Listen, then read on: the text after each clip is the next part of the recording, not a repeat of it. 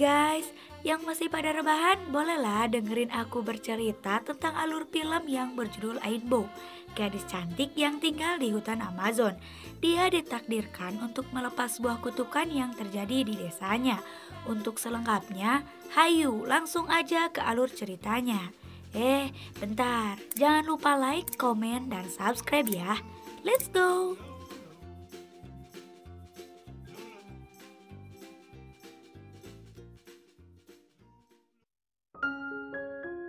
Film diawali ketika seorang gadis sedang menyiapkan jebakan namun dia lupa menyimpan umpannya. Saat udah menyimpan umpan, malah dia yang kena jebakannya sendiri.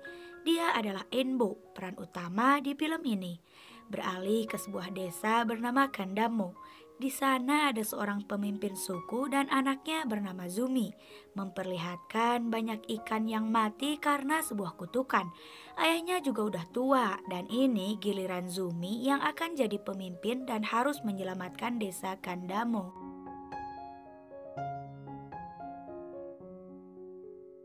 Balik lagi ke Ainbo yang masih mencoba melepaskan tali yang mengikatnya. Namun nihil, panahnya nggak tepat sasaran.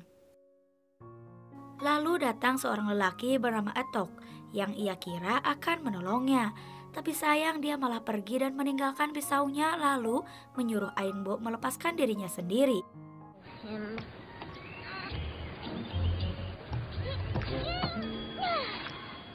Saat ini Zumi sedang menunggu Ainbo pulang dari hutan karena penobatan dirinya sebagai pemimpin suku akan segera dimulai.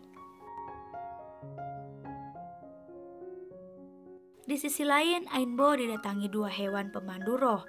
Akhirnya, Ainbo ditolongin sama dua hewan ini yang bernama Dilo dan Faka. Mereka bilang bahwa mereka bisa membantu Ainbo melepaskan kutukan di desanya.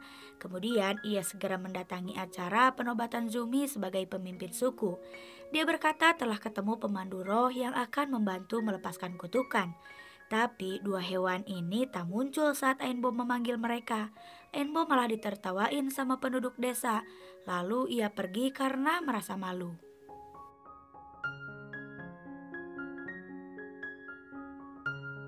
Saat sendirian di bawah pohon, Paka dan Dilo datang lagi.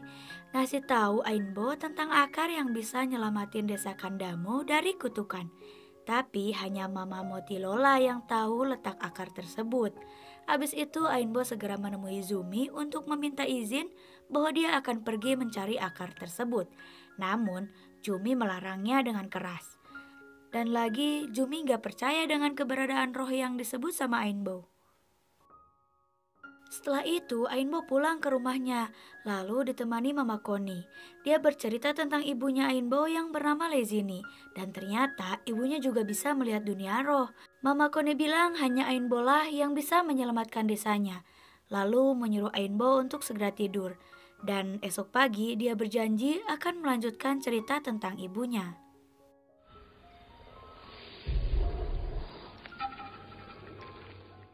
Keesokan harinya Ainbo segera menemui Zumi untuk mengajaknya mendengarkan Mama Koni bercerita tentang ibunya dan tentang dunia roh.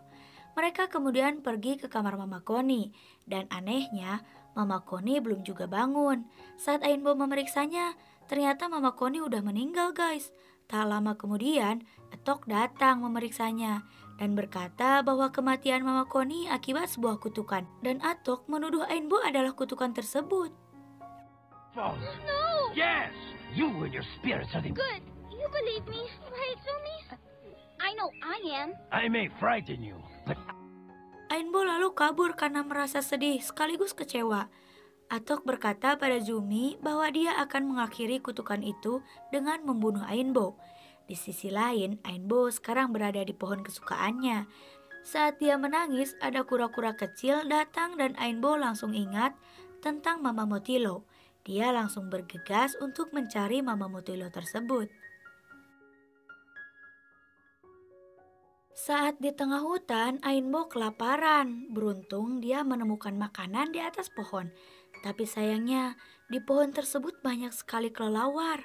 Yang akhirnya dia malah ditangkap sama kelelawar itu. Lagi-lagi Ainbo beruntung, dia diselamatin sama Paka dan Dilo.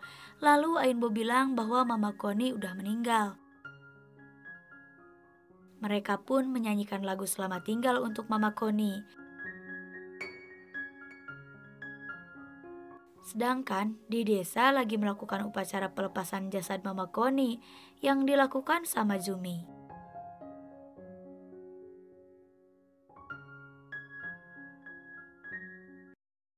Atok saat ini lagi menyusul Ainbo ke hutan dan dia berhasil nemuin anak panahnya Ainbo yang terjatuh.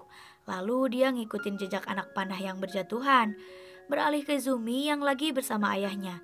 Dia ngasih tahu ayahnya bahwa Ainbo pergi dan Atok menyusulnya. Lalu ayahnya menyuruh Zumi untuk menyusulnya juga dengan membawa 2 pengawal.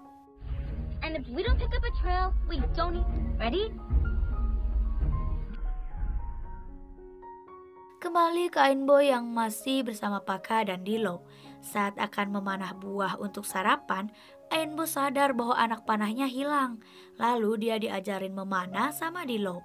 Setelah itu mereka melanjutkan perjalanannya. Setelah lama berjalan, tiba-tiba Paka berhenti karena melihat sesuatu. Dengan beraninya Ainbo melihat lebih dekat. Ternyata di bawah banyak orang-orang yang lagi ngerjain sebuah proyek. Lalu datang seorang lelaki berkulit putih dan ternyata dia adalah kutukan tersebut guys, yang disebut Corona.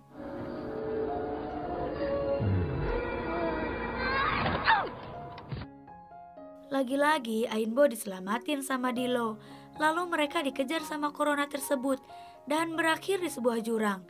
Mereka kemudian terjatuh ke dalam sungai itu. Saat ini Ainbo sadar bahwa ini adalah sungai terbesar, yang berarti keberadaan Motilo Mama udah dekat. Mereka akhirnya berpisah di sini. Ainbo melanjutkan perjalanannya sendiri. Tak disangka, Atok juga udah dekat. Dia juga melompat ke sungai besar itu.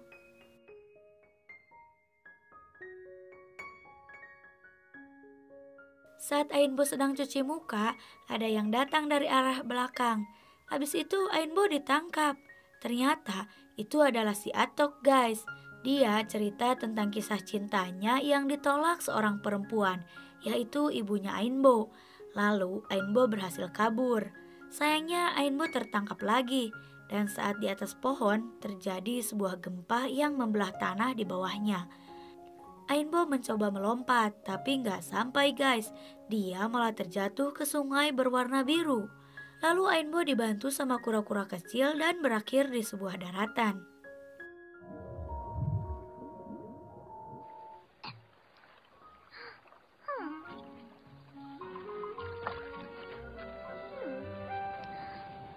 Ternyata pemandangannya sangat indah guys. Tak lama kemudian terjadi lagi reruntuhan yang ternyata itu adalah Mama Motilo, si kura-kura raksasa. Di sini Mama Motilo bercerita tentang ibunya Ainbo, lalu ngasih tahu tentang akar yang Ainbo cari ternyata akar dari pohon kesukaannya. Tapi untuk memotongnya harus menggunakan pedang yang terbuat dari batu bulan, dan batu bulan tersebut berada di puncak gunung berapi. Di gunung berapi itu ada penunggunya yang bernama Pelehu. Ainbo harus membawakan hadiah agar bisa mendapatkan pedang batu bulan tersebut. Lalu Ainbo melanjutkan perjalanannya. Di sisi lain Atok baru sadar dan ditemuin sama pria berkulit putih bernama Tuan Dewit. Balik lagi ke Ainbo yang merasa kelelahan lalu dia istirahat sejenak. Tiba-tiba datang Paka dan Dilo mengagetkan Ainbo. Paka dan Dilo membawa sebuah pohon untuk Ainbo bawa ke gunung itu dan diberikan kepada Pelehu. Tapi masa ia mendaki gunung sambil membawa pohon? Akhirnya mereka membuat semacam gerobak untuk membawa pohon itu. Awalnya mereka berdua gak mau ikut. Tapi berhubung ini perintah Mama Motilo, akhirnya mereka menemani Ainbo. Singkat cerita mereka udah mau sampai nih. Tapi Dilo dan pohonnya malah meluncur lagi ke bawah. Kasihan cuma capeknya doang. Beralih ke Zumi yang menemukan tanah terbelah. Mereka melewati batang pohon tersebut lalu ketemu sama Atok. Saat Zumi menanyakan Ainbo, Atok malah jawab itu tak penting lagi. Lalu malah mengenalkan Zumi pada Tuan Dewit. Dia ngasih obat yang katanya bisa nyembuhin penyakit ayahnya yang berasal dari sebuah kutukan. Sebagai imbalannya, Tuan Dewit meminta Zumi menunjukkan tempat emas di desa Kandamo. Kemudian mereka segera bergegas pulang untuk memberikan obat pada ayahnya Zumi. Di sisi lain, Ainbo telah sampai di tempat Pelehu. Dia menyampaikan maksud kedatangannya. Si Pelehu ngasih tahu batu bulan itu ada di puncak gunung. Tapi karena memberi pohon berdaun manis, akhirnya Ainbo mendapatkan batu bulan dengan mudah. Dan lagi sekalian dipahatin sama si Pelehu. Setelah memakan habis pohonnya, Pelehu segera menyuruh mereka bertiga pulang karena akan ada erupsi.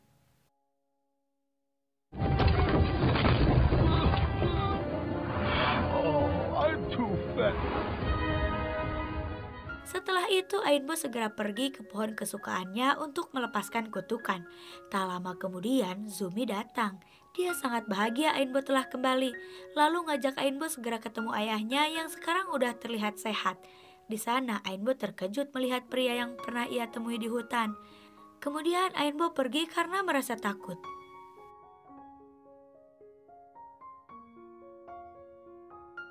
Ainbo kemudian ngasih tahu bahwa pria itu adalah orang jahat yang dikendalikan oleh corona. Tapi Zumi gak percaya, malah nyuruh Ainbo pergi dari desanya. Sembari menangis, Ainbo mengemas barangnya. Tiba-tiba Tuan Dewit datang. Lalu Ainbo lari dan Etok melihatnya. Etok menemui Tuan Dewit. Dan di sini ketahuanlah bahwa pria kulit putih ini adalah corona. Kemudian Etok pergi menyusul Ainbo.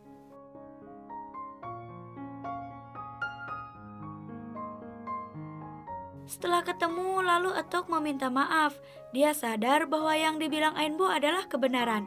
Di sisi lain, Tuan Dewit memaksa Zumi ngasih tahu di mana letak emas tersebut. Sekarang mereka malah terinfeksi corona.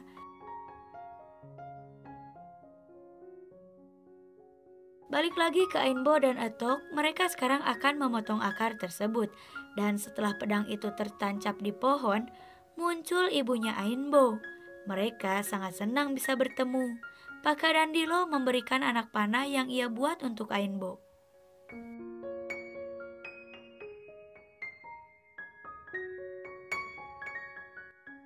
Setelah anak panah itu siap dipakai, terdengar suara-suara mesin bergemuruh. Kemudian Lezini menyuruh mereka untuk mengikutinya. Di sisi lain, Zumi lagi menjelaskan siapa Tuan Dewit itu, lalu menyuruh penduduk desa untuk berlutut pada Tuan Dewit.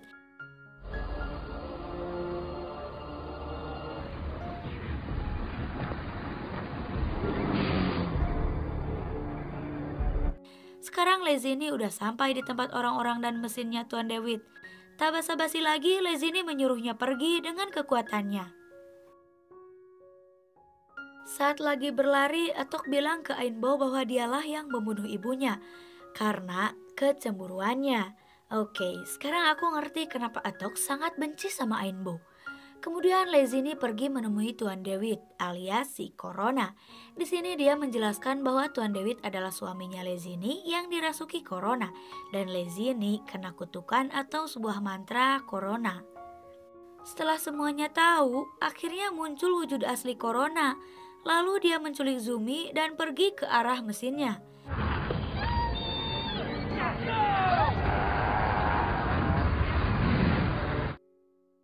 Ainbo dan yang lain segera menyusul untuk mengakhiri semua kekacauan ini.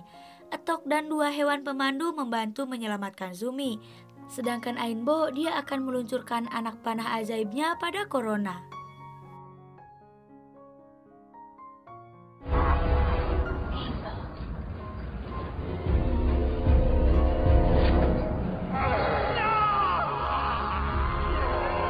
Setelah anak panah itu menembus dada Corona, dia kesakitan lalu musnah. Mesinnya pun ikut berhenti dan membuat Atok terjatuh. Zumi akhirnya selamat karena melompat dan ditangkap oleh Atok. Setelah itu muncul sosok lelaki yang ternyata itu adalah Will, ayahnya Ainbo. Sayang mereka harus berpisah karena sudah berbeda dunia. Sekarang Atok akan menjaga Ainbo seperti anaknya sendiri. Kemudian Lezini dan Will menghilang seolah-olah masuk kembali ke pohon milik Ainbo. Sekarang desa Kandamo udah terbebas dari kutukan itu. Film diakhiri dengan Atok yang memeluk Ainbo beserta Zumi.